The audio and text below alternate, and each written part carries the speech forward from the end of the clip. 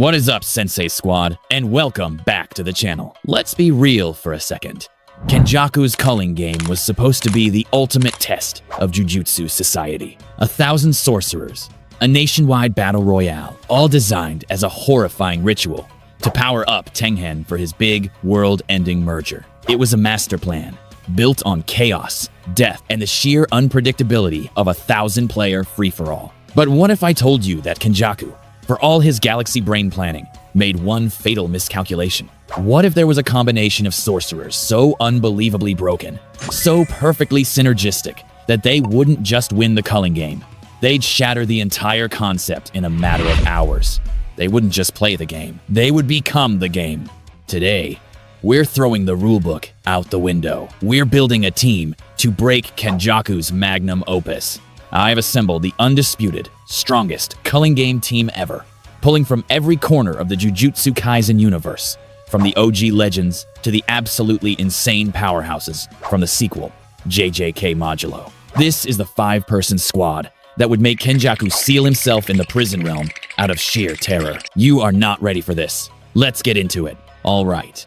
For anyone who needs a quick refresher, the Culling game is a deathmatch with a ruthless rule set. You get points for killing other players, 5 for a sorcerer, 1 for a non-sorcerer. If your point total doesn't change for 19 days, your cursed technique gets removed, which is a fancy way of saying you die. But here's the game changer. You can spend 100 points to add a new rule.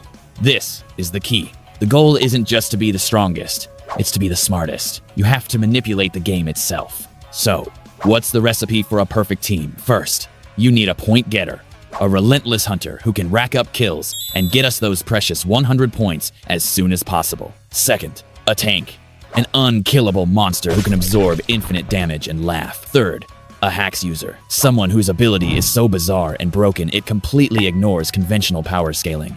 Fourth, a leader, a strategic genius with the overwhelming power to command the battlefield and take on the biggest threats. And finally, the most important piece, an ace in the hole, a secret weapon so far beyond the scope of the game that no one, not even Kenjaku, could ever see it coming. I've scouted the entire JJK timeline and assembled a 5-person team that fills these roles to absolute, terrifying perfection. Let's meet the roster.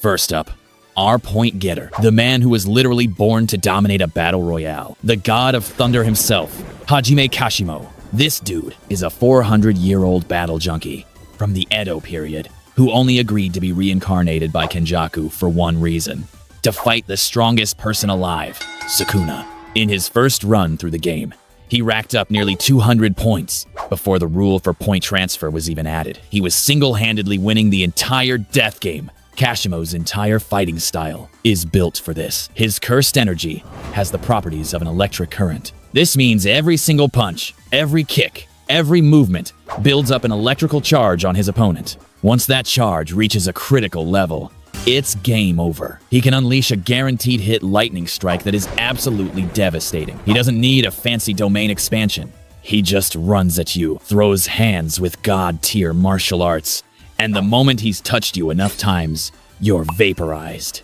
He's a walking, talking kill streak, a shark dropped into a swimming pool. His role on the team is brutally simple. Drop into a colony and just start hunting. While the rest of the team sets up our grand strategy, Kashimo will be a blur of electricity, farming points from every sorcerer foolish enough to cross his path. He's aggressive, he's overwhelmingly powerful, and he has one singular goal: fight and win. He's the perfect engine to fuel our 100-point rule changes, and he'll do it faster than anyone else imaginable. Next, every unstoppable force needs an immovable object. Every team needs someone who simply cannot be put down. And in the world of JJK, nobody embodies that more than the unkillable gambler with infinite luck, Kingi Hakari.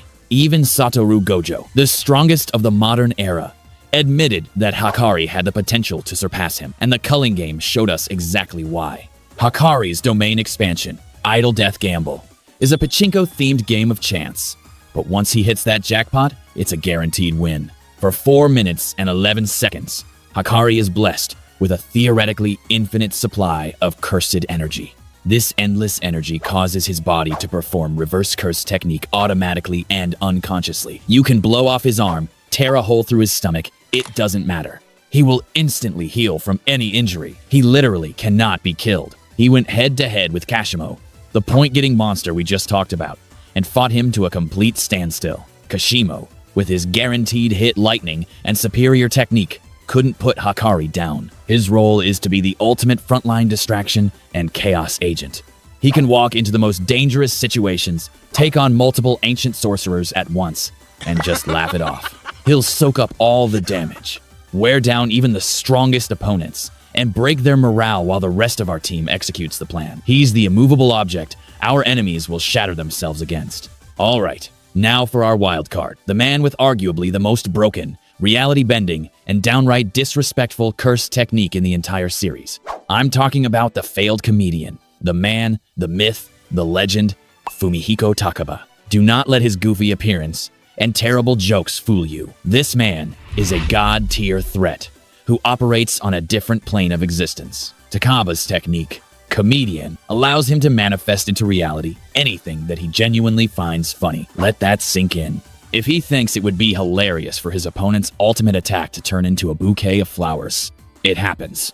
If he thinks it would be funny for a truck to suddenly drive through the battlefield blaring ice cream truck music, well, you get the idea. His power is literal reality manipulation, bound only by his own sense of humor. He is so unbelievably powerful that he fought Kenjaku, the final boss of the entire series, and Kenjaku could not figure out how to beat him. He was completely immune to Kenjaku's attacks, because, in Takaba's mind, it wouldn't have been funny for him to get hurt. Takaba's role is pure, unadulterated chaos. He is the ultimate defense and the ultimate offense.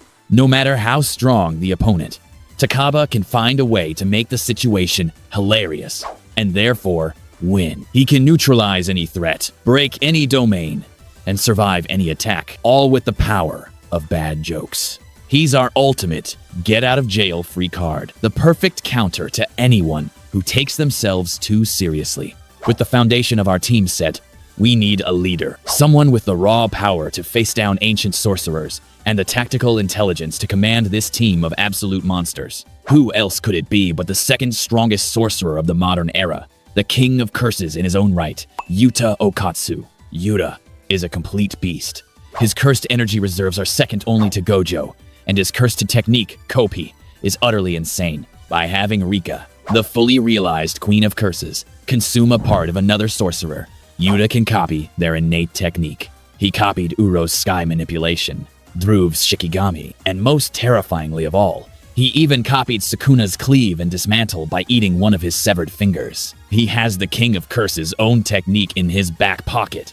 In the Culling game, Yuta single-handedly dominated the Sendai colony, a four-way deadlock between ancient, powerful sorcerers, and walked away with the win. He's a master swordsman, can use reverse curse technique to heal himself and his teammates, and has a fully manifested Rika, who can act as an independent fighter and a storage unit for his copied techniques and curse tools. Yuta is the complete package. He'll lead the team, make the strategic calls, and when a threat appears that's too much for anyone else, Yuta steps in and ends it. He's our queen on the chessboard, capable of moving anywhere and doing anything. Now, for the final member, the one that elevates this team from unbeatable to absolutely transcendent, the pick that no one could ever predict.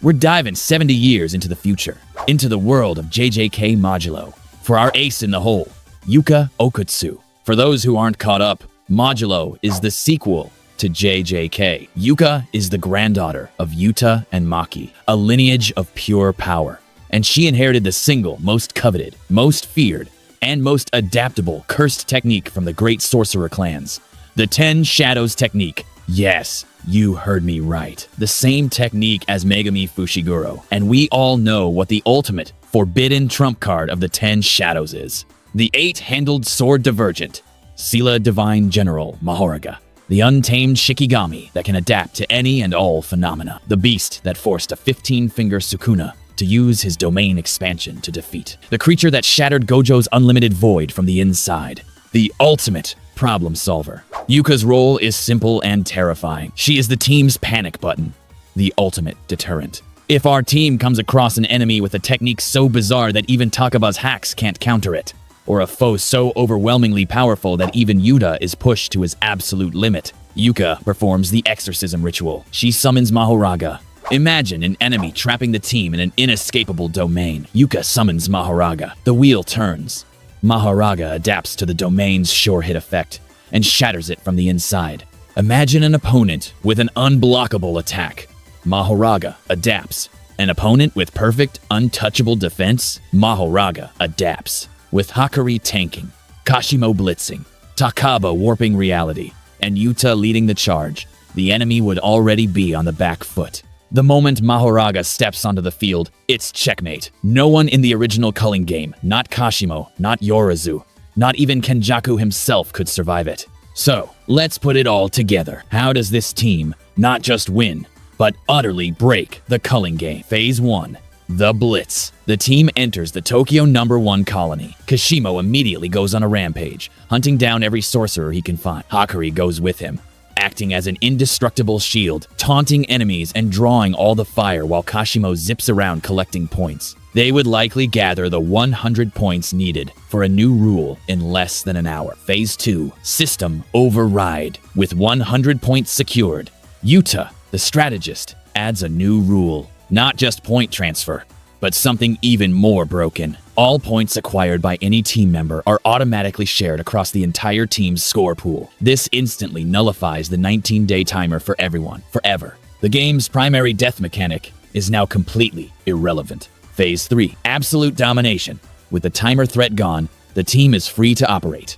Yuta can hunt down other high-point players like Ryu Ishigori or Takako Uro to copy their powerful techniques, adding even more weapons to his arsenal. Takaba can neutralize any unexpected threats with his comedy, turning a deadly encounter into a harmless skit. And if they run into an ancient sorcerer like Yorozu or a monster like a fully realized Cursed Naoya, they have 4 S-tier fighters and a walking, adapting nuke in Yuka. The game is over before it even truly began. This team isn't just strong, it's foolproof. It has overwhelming offense, perfect defense, incomprehensible hacks, brilliant strategy, and an ultimate weapon from the future that no one could prepare for. Kenjaku's intricate game of death becomes their personal playground. But that's just my ultimate team. I'm pretty sure this is unbeatable, but I want to know what you guys think. Who would you put on your strongest Culling game roster? Could anyone beat this squad? Let me know your dream team down in the comments below. If you enjoyed the video and want more broken anime team builds, make sure to absolutely obliterate that like button, subscribe to the Sensei Squad, and ring that notification bell so you don't miss the next one. Thanks for watching, and I'll see you all in the next video. Stay legendary.